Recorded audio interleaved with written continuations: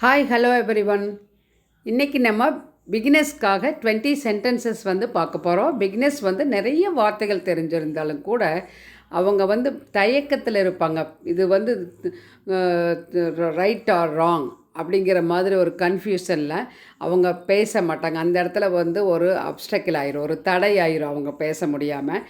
அதனால் அந்த மாதிரி இல்லாமல் ரெகுலர் ப்ராக்டிஸ் பண்ணி ஒரு கான்ஃபிடென்ட் க்ரியேட் பண்ணிக்கணும். அப்போ தான் அவங்க பேச முடியும் இல்லைங்களா? இப்போ நம்மளுக்கு நிறைய வேர்ட்ஸ் தெரிஞ்சிருக்குது. மற்றவங்க பேசும்போது லிசன் பண்ணணும், நிறைய லிசன் பண்ணணும். மூவிஸ் வாட்ச் பண்ணுறது, நியூஸ் பேப்பர் படிக்கிறது, நிறைய புக்ஸ் ரீட் பண்ணணும்.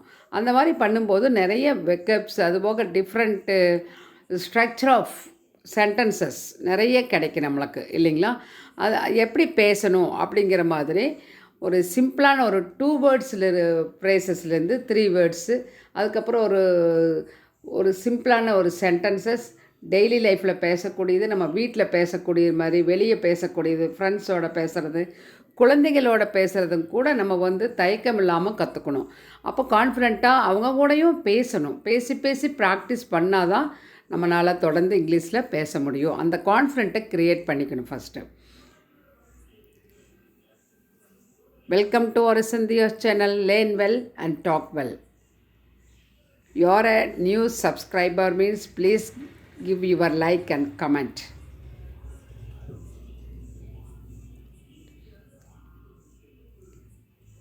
First one, உன்னை யார் செய்ய சொன்னா அப்படி கேட்போம். சில வேலைகளை அவங்க இவ்வளோ வேலை நான் செஞ்சேன், அவ்வளோ வேலை செஞ்சேன் அப்படின்னு சொல்லும்போதோ, அல்லது ஒரு வேலையை தவறாக செஞ்சுருக்கும் போதோ நம்ம இதையே கேட்கலாம். Who asked you to do this?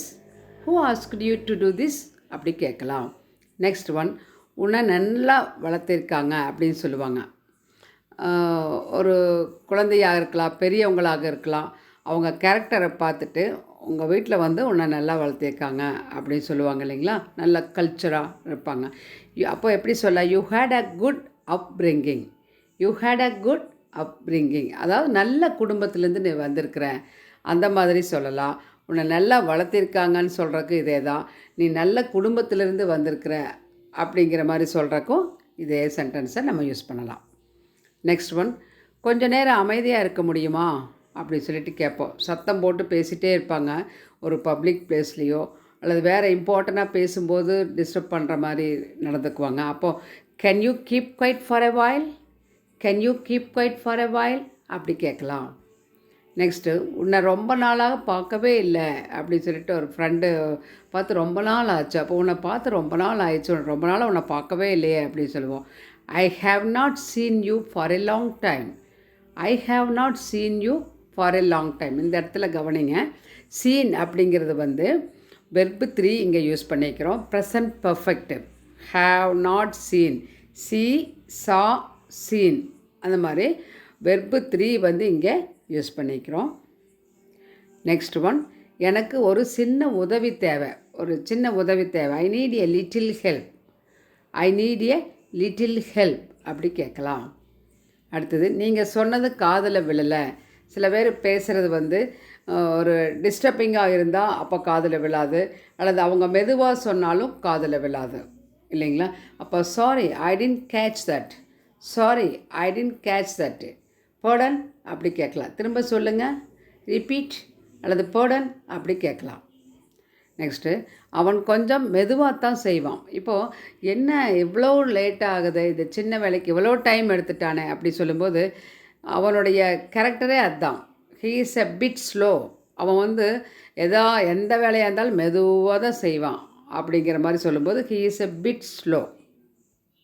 Next, எதை பற்றி நான் உங்ககிட்ட பேசணும், எதை பற்றி பேசணும் அப்படிங்கும்போது watts it about, watts it about அப்படி கேட்கலாம். வந்துட்டே இருக்கேன் அப்படின்னு சொல்கிறேன் இல்லைங்களா?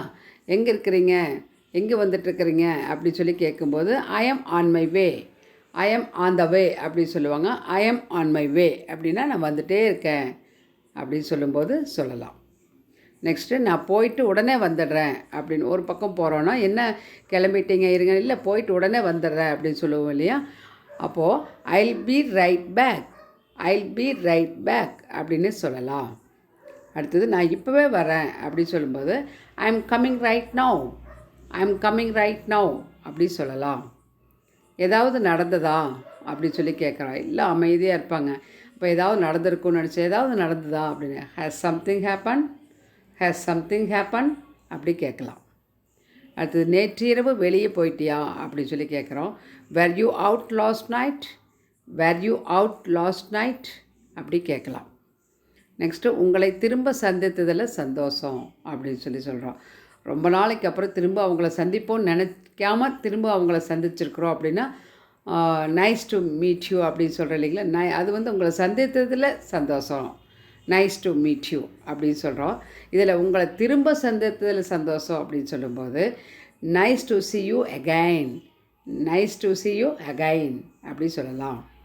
அடுத்தது இப்போ பரவாயில்லையா, இப்போ உடம்பு சரியில்லாமல் இருப்பாங்க இல்லைங்களா, அவங்கள நம்ம கேட்கும்போது செகண்ட் டைமாக நம்ம பார்க்குறோம், அவங்கள மீட் பண்ணுறோம். அப்போ